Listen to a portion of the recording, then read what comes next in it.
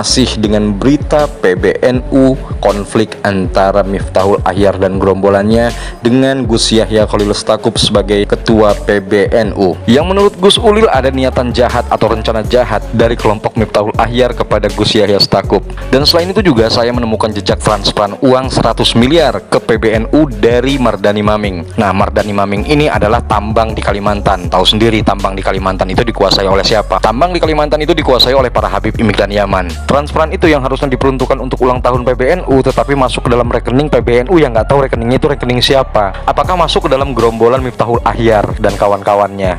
Kemudian 70 surat ini penting-penting, misalnya SK pengurus cabang daerah sini, daerah situ. Jadi banyak SK. Jadi setelah PCPC pengurus cabang NU ini mengadakan konferensi cabang atau konferensi wilayah, kan kemudian mereka harus mengajukan SK untuk disahkan sebagai pengurus cabang atau pengurus wilayah cabang di tingkat kabupaten, wilayah di tingkat provinsi. Artinya surat-surat itu berdampak pada PCNU ya kan? Betul, karena punya kejelasan ya. Karena SK ini nggak ditandatangani, kemudian pengurus-pengurus cabang ini mengalami hambatan dalam kerja. Misalnya ambil contoh ya, banyak keluhan-keluhan terjadi di pengurus cabang ini, mereka tidak bisa berurusan dengan misalnya Pemda. 1 tahun lagi nih. Tinggal 1 tahun. Ya ini kenapa sih kok menggesa-gesa seperti ini? Ini ada kepentingan apa? Kita juga bertanya-tanya ini. Kenapa kok seperti ada kejar setoran ini? Iya, kayak segera ya, gitu ya. Ini harus. Jadi tampaknya saya melihat ada satu rencana jahat di sini. Rencana jahat ini. Ya, rencana jahat menurut saya. Sebagai manuver yang dipertontonkan secara vulgar oleh Rois Am PBNU Miftahul Akhyar Skargi ini merupakan bagian dari misi perjuangan FPI dan HTI, notabene mayoritas para klan Benggalawi yang sempat tertunda, yang ingin menegakkan sistem khilafah di Indonesia pada pemilu yang akan datang, sehingga siapapun yang dianggap menjadi penghalang harus dilibas dan disingkirkan. Pertanyaan di atas saya munculkan mengingat Miftahul Akhyar dalam rekam jejaknya merupakan salah satu pendukung FPI yang sangat militan. Dan kita sama-sama tahu bahwa misi utama FPI adalah memperjuangkan tegaknya sistem kahilafah dalam bernegara di Indonesia. Inilah rekam jejak Miftahul Akhyar selama menjabat sebagai Rois Am PBNU masa khidmat 2021-2023. 1. Mengkarteker 15 PCNU. Tul 2. Mengkarteker 12 PWNU. 3. Membatalkan hasil konvercap 7 PCNU. Pita menolak rencana konvercap 5 PCNU. Dan Rois Am tercatat beberapa kali jejak konflik dengan pengurus NU. Nah, dalam video ini Gus Ulil Absyar Abdallah membongkar dapur NU selama dipimpin Kiai Miftahul Akhyar. Dalam benaknya ia bertanya-tanya, ada rencana jahat apa sehingga Rois Am ngotot sekali menyingkirkan ketum PBNU. Di sini rapat harian tuh tidak bisa memecat ketua umum ya. Makanya kita kepingin sudahlah ini masalah ini diselesaikan segera dengan cara islah, karena toh muktamar tinggal sebentar, 1 tahun lagi nih. Tinggal 1 tahun. Ya ini kenapa sih kok menggesa-gesa seperti ini? Ini ada kepentingan apa? Kita juga bertanya-tanya ini. Kenapa kok seperti ada kejar setoran ini? Iya, kayak segera gitu ya. Ini harus. Jadi tampaknya saya melihat ada satu rencana jahat di sini. Rencana jahat ini. Ya, rencana jahat menurut saya. Gus Yahya harus turun bulan November atau Desember ini. Kira-kira begitulah. Untuk tujuan apanya apa itu Gus? Nah, kita bertanya-tanya juga ini ada apa? Kecuali muktamar. Ya. Nah, artinya ketika kemudian ada surat ini dan lain sebagainya, apa langkah yang mungkin akan diambil dalam waktu cepat itu untuk kemudian mengkonsolidasikan gitu Gus? Ya, kalau Gus Yahya sebagai ketua umum PBNU sekarang ini membuat koridor yang jelas. Jadi solusi terhadap masalah di PBNU sekarang ini ya hanya islah atau rekonsiliasi antara kubu sini dan kubu sana. Hanya itu. Karena kalau tidak menggunakan jalur islah ini atau rekonsiliasi, maka ya yang terjadi adalah opsi atau pilihan yang buruk sekali, yaitu bisa pecah kan. Tapi kan kita nggak menginginkan itu. Dualisme artinya ya. Dualisme dan ya itu buruk sekali. Kita tidak menginginkan, kita di sini artinya teman-teman atau pengurus NU di struktur formal maupun warga NU yang di luar struktur atau para warga NU kultural ya, kan tentu tidak menginginkan terjadinya opsi yang buruk ini, yaitu terjadinya dualisme dan perpecahan. Jadi makanya jalan satu-satunya adalah islah, dan itu ditawarkan dalam pertemuan yang berlangsung 2 hari yang lalu dengan para ketua-ketua PW dari seluruh Indonesia yang bertemu di atau bukan ketua PW dan juga silaturahmi para alim ulama ya yang berlangsung di PBNU 2 hari yang lalu. Semuanya mereka mengusulkan agar ada forum islah ini. Lalu mereka mengusulkan forum islah ini dilakukan di Pondok Pesantren Lirboyo. Nah besok ini Gus Yahya diundang dipanggil oleh Kiai Sepuh di Ploso dan juga di Lirboyo, akan bertemu dengan Kiai Nurul Huda Ploso dan Kiai Anwar Mansur ya dari Lirboyo, dan beliau ya diundang oleh Kiai Sepuh, tentu beliau pasti akan datang. Ya semoga forum islah di Lirboyo itu bisa melerai masalah ini mengurai masalah ini. Gus, tapi aku tuh sebenarnya penasaran gitu, Gus. Kalau aku lihat sebenarnya kan PBNU ini setidaknya dalam masa-masa pilpres atau bahkan sebelum pilpres kita ini kan melihat bahwa solid ini Gus, antara Gus Yahya, Gus Ipul waktu itu, karena waktu itu juga kalau kita lihat teman-teman atau aku gitu ya sebagai jurnalis politik, waktu itu tembakannya kan kompak ini berdua versus Muhaimin Iskandar. Tiba-tiba sekarang ketika kemudian surat itu muncul, terus kemudian dari berbagai informasi yang tak dapatkan, kok ternyata seolah-olah ini benar nggak Gus kalau Gus Yahya dan Gus Ipul ini berpisah jalan? Artinya kalau kita bicara soal kubu seberang itu sebenarnya yang muncul memang Rais Am gitu ya, menandatangani, tapi di balik itu sebenarnya di situ ada kubunya Gus Ipul gitu. Ya memang salah satu epicentrum pusat gempa ini adalah ya Gus Ipul di sini. Dan itu sebetulnya masalahnya sudah berlangsung agak lama tapi tersembunyi di bawah permukaan ya. Artinya itu dapurnya PBNU lah ya. Jadi masalah dapur, masalah internal yang tidak diketahui oleh publik dan kemudian meledak akhir-akhir ini. Karena itu sebagian orang atau sebagian besar orang sebetulnya kaget. Ini nggak ada apa-apa kok tiba-tiba betunduk ya mak beng ini kan kayak Big Bang gitu kan. Beng tiba-tiba kok ada pemaksaan pengunduran ketua umum, ini bagaimana? Sebetulnya masalahnya sudah berlangsung beberapa waktu tapi di bawah permukaan. Misalnya yang sudah diketahui oleh publik ya, misalnya masalah administrasi internal, yaitu tidak ditandatanganinya beberapa SK. Bukan beberapa, banyak. Oleh Gus Ipul sebagai sekjen. Jadi ada banyak SK yang tersandra. Ada sekitar 70-an surat yang harus ditandatangani oleh Gus Ipul karena gerbang pertama surat itu ada di sekjen. Sebelum naik ke ketua umum, naik ke Katib Am ini sekretaris untuk Suriah ya, lalu Rois Am. Begitu gerbang pertama ini nggak dibuka, maka otomatis surat tidak akan bisa mengalir ke pihak berikutnya, ke step berikutnya. Karena itu mandeknya surat di mejanya Gus Ipul itu pertama-tama kami berusaha untuk menyelesaikan secara internal. Ada rapat gabungan antara Suriah dan Tanfidiyah beberapa tahun yang lalu, dan sekitar 2 bulan yang lalu lah ada rapat gabungan itu, dan di situ diputuskan bahwa sekjen diberikan waktu 2 minggu untuk menyelesaikan, dan usulan itu disetujui oleh Rois Am. Kemudian 70 surat ini penting-penting Gus. Misalnya SK pengurus cabang daerah sini, daerah situ. Jadi banyak SK. Jadi setelah PCPC pengurus cabang NU ini mengadakan konferensi cabang atau konferensi wilayah, kan kemudian mereka harus mengajukan SK untuk disahkan sebagai pengurus cabang atau pengurus wilayah. Cabang di tingkat kabupaten, wilayah di tingkat provinsi. Nah, permintaan SK ini kan masuk ke meja sekjen. Setelah diteliti oleh pihak sekretariat dan memenuhi segala syarat, maka diberikan kepada sekjen untuk ditandatangani, kemudian nanti dilimpahkan ke ketum, Katib Am, dan kemudian Rois Am. Artinya surat-surat itu berdampak pada PCNU ya? Betul, karena punya kejelasan ya? Karena SK ini nggak ditandatangani, kemudian pengurus-pengurus cabang ini mengalami hambatan dalam kerja. Misalnya ambil contoh ya, banyak keluhan-keluhan terjadi di pengurus cabang ini, mereka tidak bisa berurusan dengan misalnya Pemda. Karena masalah SK, tidak bisa menerima bansos, tidak bisa menerima bantuan dari Basnas, tidak bisa menerima apapun lah. Akses kepada sumber-sumber di dalam pemerintahan karena tidak adanya SK. Nggak legitimate lah ya. Nggak legitimate. Jadi kerja pengurus cabang itu terganggu. Dan itu mula-mula ya SK itu ya mungkin cuma 5, 10 terus nambah terus mengalami akumulasi dan akhirnya numpuk. Semula itu kita coba untuk ditangani secara internal, tapi pada akhirnya gagal sehingga meledak menjadi masalah seperti sekarang ya. Meskipun masalah SK ini hanya salah satu saja.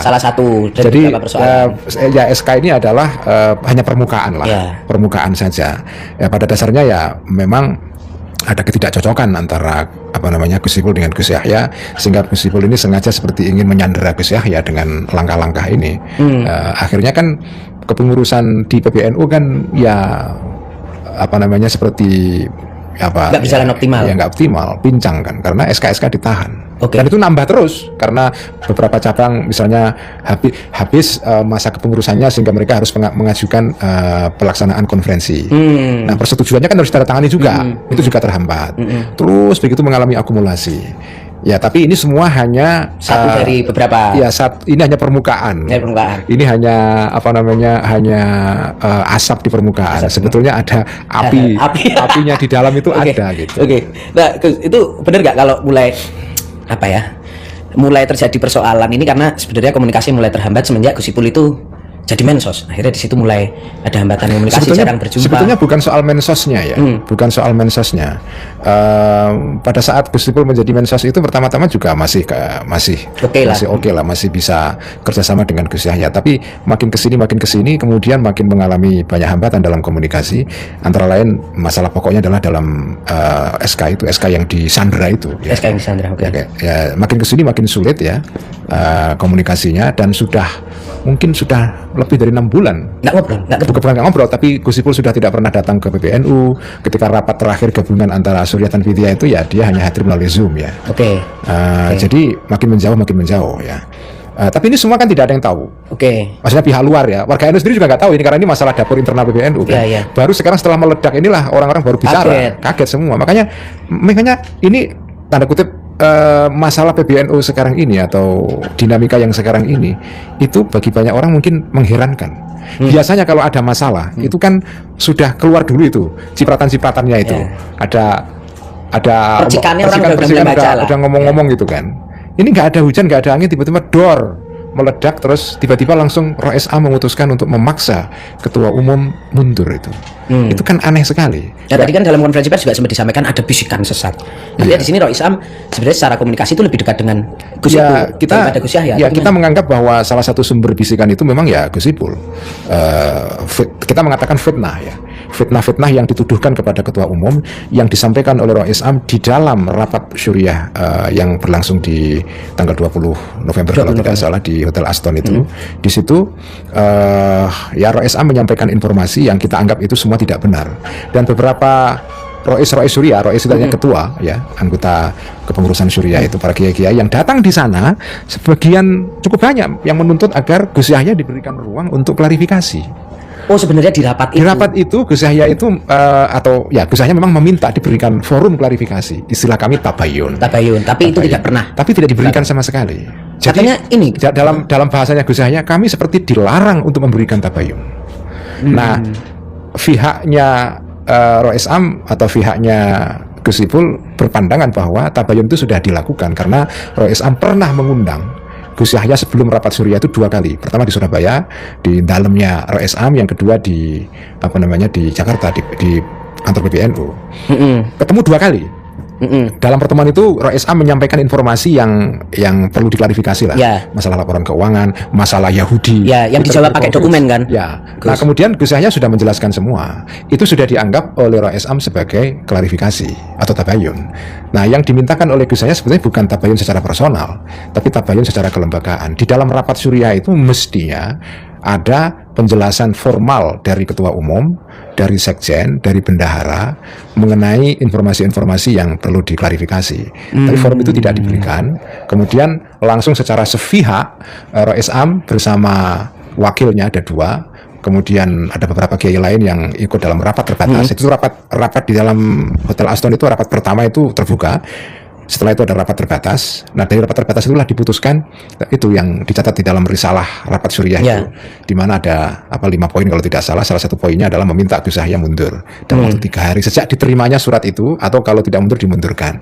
Nah, beberapa rois yang ikut rapat itu mereka mengatakan bahwa kami di dalam rapat itu tidak pernah membahas soal pengunduran ketua umum. Kami tidak pernah menyepakati hal itu. Keputusan mengundurkan ketua umum, pertama, keputusan mengundurkan atau memberhentikan ketua umum di dalam rapat harian Syuriah itu tidak bisa. Karena mereka memang sudah mengetahui nggak bisa sebenarnya. Nggak bisa. Secara aturan main di dalam tubuh PBN, dalam tubuh NU, dalam ART, jadi ada namanya anggaran dasar, anggaran rumah tangga, lalu ada ada aturan di bawahnya namanya peraturan perkumpulan gitu. Nah ini menurut saya ya salah satu pemahaman yang bagi saya tidak tepat ya dari teman-teman saya sendiri di dalam tubuh NU. Sekarang kan berbeda, ada perbedaan pandangan ini kan. Teman-teman saya sendiri yang mendukung Roy Isam begitu pandangannya. Roy Isam ini adalah simbol tertinggi di PBNU, ya ini tokoh simbolik yang paling tinggi, kita harus hormati dan seterusnya. Ya betul, tapi ini kan bukan monarki absolut. Ya, ada aturan-aturan dan kewenangan ya, yang kalaupun dibatasi. ini monarki dalam pengertian ada raja yang yang dianggap punya wewenang Memutuskan segala hal, ya, gitu segala hal. Tapi kan ini monarki konstitusi. Ya, monarki konstitusional. Oke. Jadi ibarat monarki begitu, ini monarki konstitusional. Tapi ini bukan monarki. Ya. Di NU ini tidak mengenal monarki. Di NU ini ada pemisahan antara kekuasaan syuriah, kekuasaan tanfidiyah. Jadi ini semacam ada kayak trias politika begitu. Ya, kan. biar power balance itu ya. Ada keseimbangan kekuasaan di sini. Jadi tidak bisa di satu pihak mengambil langkah-langkah di luar wewenangnya. Karena kalau itu terjadi ya itu tindakan yang ya kalau dalam bahasa agama itu zalim. Itu kan melewati batas. Itu zalim. Tanfidiyah tidak bisa mengambil langkah-langkah di luar wewenangnya. Syuriah juga sama, tidak bisa mengambil langkah-langkah di luar wewenangnya. Karena itu saya mengatakan berkali-kali tindakan Syuriah di dalam rapat Syuriah itu yang memutuskan untuk memecat Gus Yahya itu sebetulnya tindakan yang ilegal. Nggak bisa. Nggak bisa. Jadi secara aturan hukum itu cacat sebetulnya langkah Syuriah di sini. Rapat harian tuh nggak bisa memecat ketua umum ya. Makanya kita kepingin sudahlah ini masalah ini diselesaikan segera dengan cara islah. Karena toh muktamar tinggal sebentar, 1 tahun lagi ini. 1 tahun. Ya ini kenapa sih kok menggesa-gesa seperti ini? Ini ada kepentingan apa? Kita juga bertanya-tanya ini. Kenapa kok seperti ada kejar setoran ini? Ya kayak segera ya, gitu ya. Jadi tampaknya saya melihat ada satu rencana jahat di sini. Rencana jahat ini. Ya, rencana jahat menurut saya. Gus Yahya harus turun bulan November atau Desember ini. Kira-kira begitulah. Untuk tujuan apanya apa itu Gus? Nah, kita bertanya-tanya juga ini ada apa? Kenapa nggak bisa nunggu setahun lagi? Ada mengikuti aturan formal. Kalau mereka misalnya mau bertarung ya nanti di muktamar. Kalau Gus Ipul mau jadi ketua umum ya nanti kontes di dalam muktamar atau calon-calon yang lain yang sekarang sudah mulai muncul beberapa ya. Bahasa Jawa ini kok kemerungsung banget kan iya gitu kok gigi mongso ya. Itu ada apa gitu ya, ada apa ini kok tiba-tiba mereka gigi mongso ini namanya ya dalam kaidah fikih yang disukai di kalangan NU, di kalangan pesantren itu ada kaidah barang siapa yang gigi mongso itu malah nggak nyampe tujuan. Man ta'ajjala syai'an uqiba bi khirmanihi. Itu teks Arabnya ya. Man ta'ajjala syai'an uqiba bi khirmanihi. Kalau ada orang kok terlalu ingin mempercepat sesuatu belum waktunya, itu malah nggak bisa meraih sesuatu itu. Dan harusnya Gus Ipul kan tahu itu ya. Tahu lah. Ya makanya Gus Ipul ini mengherankan buat saya. Ada apa ini? Kok tiba-tiba dia kepingin Gus Yahya ini kok segera turun bulan ini? Atau ya bulan ini Iya, kemerungsungnya itu ada ini ya Gus. Sulit melihat ini kaitannya ada soal konsesi tambang nggak ini? Karena kita ya namanya jurnalis kan ya kasak kusuk sana sini cari info sana sini tahu lah. Nah itu ada kaitannya sama itu Gus. Karena gini, yang info yang kami dapat itu gini Gus. Sebenarnya panas dan pecahnya ini tuh memuncak, persoalan akarnya sebenarnya bukan tambang, tapi memuncaknya jadi bluk itu karena persoalan tambang, di mana kayaknya apa yang kan gini, PBNU itu kan diberikan konsesi tambang dan tidak bisa mengelola sendiri, artinya harus bekerja sama dengan pihak ketiga. Ini info gue ya Gus. Nah pihak ketiganya antara yang dimau Gus Ipul sama yang dimau Gus Yahya ini berbeda. Itu benar ya? Kira-kira begitu. Jadi memang masalah tambang ini buat saya mengganggu sekali. Saya pernah bilang kepada Gus Yahya, udahlah kembaliin saja lah daripada bikin ribut di rumah. Kembaliin ke negara ya. Maksudnya ke negara aja. Ngapain gitu loh. Ini ngapain kalau gara-gara tambang kita berseteru antar saudara sendiri, ngapain? Bagi saya memalukan ini itu.